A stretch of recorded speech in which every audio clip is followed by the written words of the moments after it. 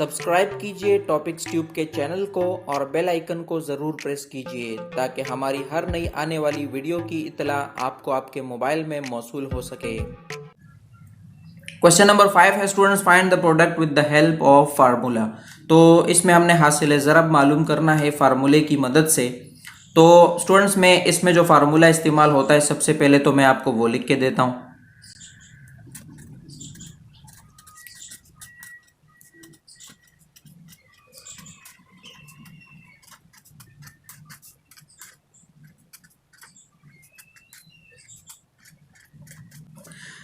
ये देखें स्टूडेंट्स, मैंने फार्मूला लिख लिया है। फार्मूला है a plus B plus C multiply A square plus B square plus C square minus A B minus B C minus C A बराबर होता है A cube plus B cube plus C cube minus 3abc। यानी अगर हम इन दोनों को आपस में ज़रब करें तो हमारे पास जो आंसर आएगा वो होगा A cube plus B cube plus C cube minus 3abc।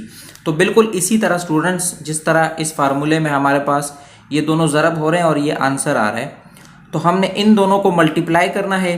लेकिन इन दोनों को मल्टीप्लाई करके हमने, जैसे यहाँ पर अगर हमारे पास a plus B plus C यहाँ पर A cube plus B cube plus C cube की शक्ल में आया है और यहाँ पर -3 के पास मल्टीप्लाई हुआ है ए बी सी, तो इसी तरह हमने यहाँ पर l m और -2n को a b और c की जगह यहाँ पर लगा देना है और हमने इसको सॉल्व कर देना है। ठीक है, तो सबसे पहले तो मैं इस सवाल को दोबारा लिखूंगा।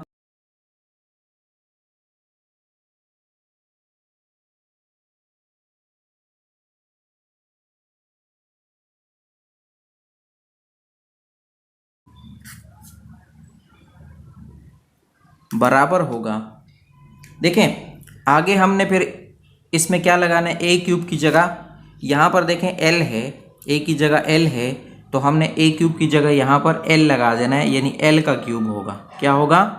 एल का क्यूब। तो मैं डायरेक्टली एल का क्यूब ले लेता हूँ। फिर प्लस बी क्यूब है तो प्लस बी क्यूब की जगह यहाँ पर देखें बी की जगह एम है, तो मैं यहाँ पर एम का क्यूब ले लेता हूँ। ठीक है, अब प्लस सी क्यूब है तो प्लस सी क्यूब की जगह यहां पर देखिए -2n है, तो मैं यहां पर -2n का क्यूब ले लूंगा।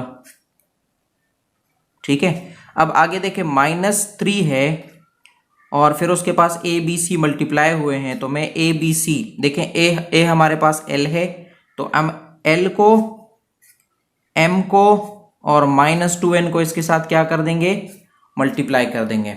ठीक है, अब हमने सिंपली इस वाले हिस्से को क्या कर देना है, सॉल्व कर देना है। अगर हम इसको सॉल्व करेंगे तो हमारे पास एल क्यूब का एल क्यूब ही आएगा प्लस एम क्यूब का एम क्यूब ही आएगा। ठीक है, प्लस यहाँ पर प्लस की जगह माइनस आ जाएगा। उसकी वजह यह है कि यहाँ पर देखें -3 टाइम्स मल्टीप्लाई हो रहा है, तो जब 3 टाइम्स मल्टीप्लाई होगा तो हमारे पास माइनस माइनस हो जाता है, माइनस माइनस प्लस होता है, फिर प्लस माइनस के साथ ज़रब होगा तो माइनस हो जाएगा। 3 टाइम्स मल्टीप्लाई हो रहा है और n भी 3 टाइम्स मल्टीप्लाई हो रहा है, तो 2 अगर 3 टाइम्स मल्टीप्लाई होगा 8 हो जाएगा, n अगर 3 टाइम्स मल्टीप्लाई होगा तो n क्यूब हो जाएगा। ठीक है, यहाँ पर देखें माइनस और माइनस आपस में मल्टीप्लाई हो रहे हैं तो ये प्लस हो जाएंगे। उसके बाद 3lm और 2n भी आपस में मल्टीप्लाई हो रहे हैं, तो 3 2 हो जाएगा 6, lm और n हमारे पास जो इसका वेरिएबल है वो अपनी जगह पर आ जाएगा।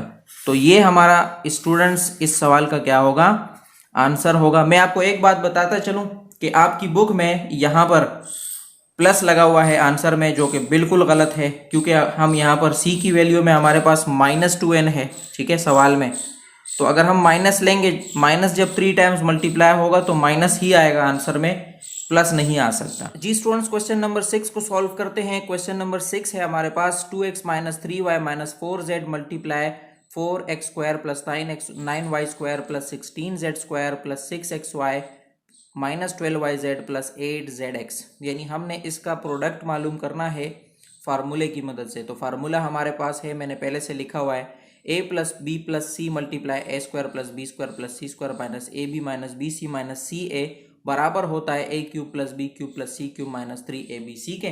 तो हम यहाँ पर इस सवाल को दोबारा रिपीट करेंगे।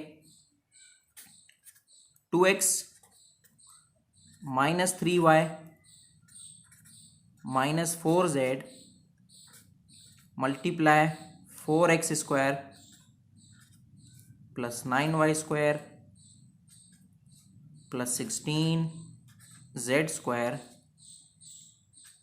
Plus 6xy minus 12yz plus 8zx बराबर होगा, ये बराबर होगा किसके, मैं इसको यहाँ पर नीचे ले रहा हूँ, बराबर होगा a³ plus b³ plus c³ minus 3abc फार्मूले में हमने इसको पुट करना है।